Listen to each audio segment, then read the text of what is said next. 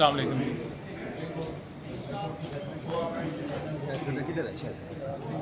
صاحب آپ supreme court پہنچ چکے ہیں، آپ نے ایک بیان دیا تھا کہ کنٹینر تیار ہو چکا ہے اور سہیل افریدی صاحب فرنٹ سیٹ پر بیٹھیں گے۔ اب سہیل افریدی صاحب کو کیا سوٹ کرتا ہے، فرنٹ سیٹ کنٹینر کی یا وزیر اعظم کے ساتھ والی سیٹ، محسن نقوی کے ساتھ والی سیٹ سوٹ کرتی ہے؟ دیکھیں، ابھی آپ بہت سی چیزوں کو مکس اپ کر رہے ہیں۔ پہلی بات یہ کہ کنٹینر ہمارا پرامن پروٹیسٹ کے لیے ہے، جو ہمارا جمہوری اور آئینی حق ہے، اور وہ حق جو ہے ہم بار بار استعمال کر رہے ہیں اور ہم آئندہ بھی استعمال کریں گے۔ آج سپریم کورٹ میں ہم آئے ہیں، دیکھتے ہیں کہ چیف جسٹس صاحب کیا کرتے ہیں، کیا کہتے ہیں، جو رپورٹ ان کے ساتھ جمع ہے، اور امید لگائے بیٹھے ہیں کہ شاید آج کوئی سپریم کورٹ آف پاکستان سے انصاف جو ہے وہ مل جائے۔ اور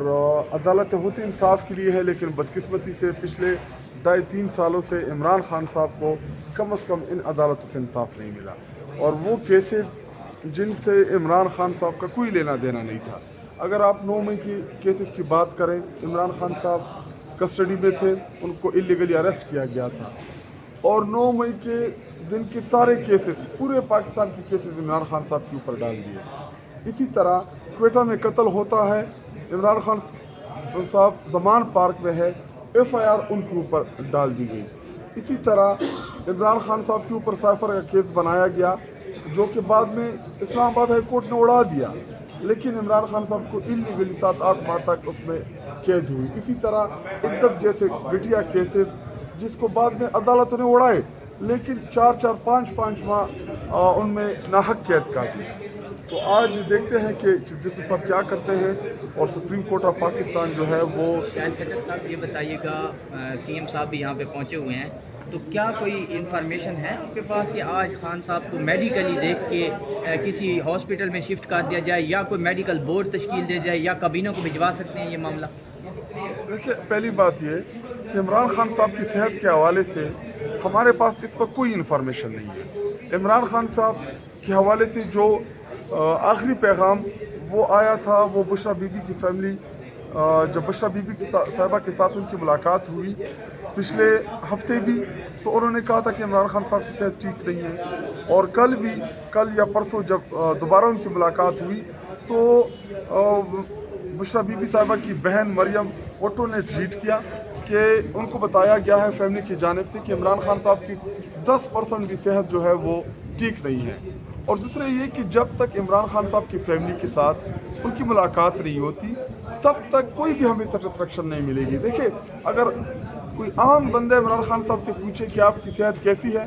تو اوبیسلی انہوں نے جواب دینا ہے کہ جی میں ٹھیک ہوں، میں بہتر ہوں، لیکن ہمیں کیا پتہ کہ وہ ٹھیک ہے اور بہتر ہے، کیونکہ نہ ڈاکٹر نے کوئی ان کا چیک اپ کیا ہے، اور نہ اس بیماری کا پراپر ٹریٹمنٹ ہوا ہے۔ تو اگر ظاہری طور پہ کوئی بھی گولی دی گئی ہو، کوئی بھی آئی ڈراپ دیے گئے ہوں، کیا پتہ کہ وہ جو ریٹنا کے علاج کے لیے جو ریکوائرڈ ہے میڈیسن، کیا وہ میڈیسن پرووائڈ کی گئی ہے، کیا وہ ٹریٹمنٹ عمران خان صاحب کی ہوئی ہے۔ تو جب تک ڈاکٹر عاصم اور ان کی ٹیم اور آئی اسپیشلسٹ جو ریٹنا کی اسپیشلسٹ ہے، وہ جب تک پراپر چیک اپ اور ٹریٹمنٹ نہیں کرتے، تب تک عمران خان صاحب کی صحت کے حوالے سے ہماری جو تشویش ہے یہ ختم نہیں ہوگی۔ بہت شاید بھائی یہ بتائیے گا، لاسٹ کوشچن رکھ لیں کہ کہا یہ جا رہا ہے کہ جب عمران خان صاحب کو لے کے جایا گیا تو کچھ شخصیات ان سے ملی اور انہیں یہ آفر دی گئی کہ آپ میڈیکل ٹرانس پہ یا کسی ہاسپٹل یا بنی گالا شفٹ ہو جائے۔ اس حوالے سے آپ کیا؟ پہلی بات یہ کہ نہ ہمیں پتہ تھا پارٹی کو، پولیٹیکل جماعت کو،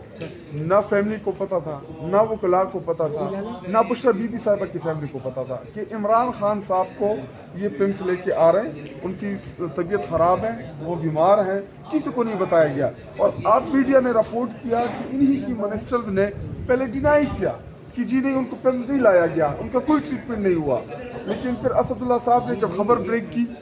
اس کے بعد ان کے منسٹرز نے، فیڈرل حکومت نے یہ ایڈمٹ کیا کہ ہاں عمران خان صاحب کا ٹریٹمنٹ جو ہے وہ پمس بھی ہوا ہے۔ اگر فار ایگزامپل میرا گلا خراب ہے، مجھے کسی ENT کی ضرورت ہے، اور مجھے جا کے کسی عام ڈاکٹر کے پاس لے کے جائیں، تو میرا علاج تو نہ ہوا نا۔ مجھے تو جس چیز کی ٹریٹمنٹ چاہیے، مجھے تو اس اسپیشلسٹ ڈاکٹر کے پاس آپ کو لے کے جانا ہے۔ تو عمران خان صاحب کی ٹریٹمنٹ جو ہے اب